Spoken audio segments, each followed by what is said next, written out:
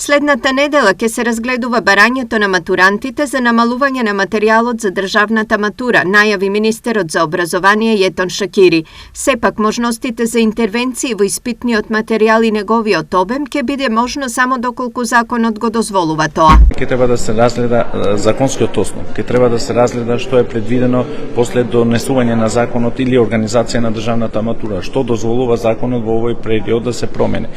И затоа мислам дека наредната недела ќе реализирам состанок со директорката на државниот испитен центар за уште еднаш да го известиме јавноста сите чекови што се земени досега, уште еднаш да го известиме кој се дел од материјалите и што е предвидено во материјалот и барањето од средношколците да го разгледаме од заедно и со унијата на сите сојузот на средношколци. Изјавата на Шакири доаѓа откако вчера од Сојузот на средношколци се заканија со протести побараа намалување на обемот на материјалот предвиден за полагање на матура или да се изостави еден интерен предмет. Контактираме секој ден со учениците од сите градови околу полагањето на првиот екстерен испит на 27 мај.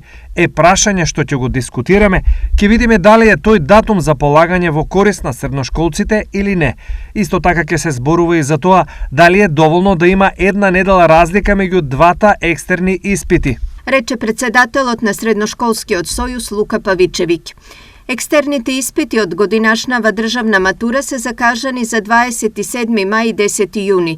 На 27 мај ќе се полага мајчин јазик, а на 10 јуни матурантите ќе полагаат еден од предметите математика, англиски, француски, германски, руски, јазик, филозофија или естетика.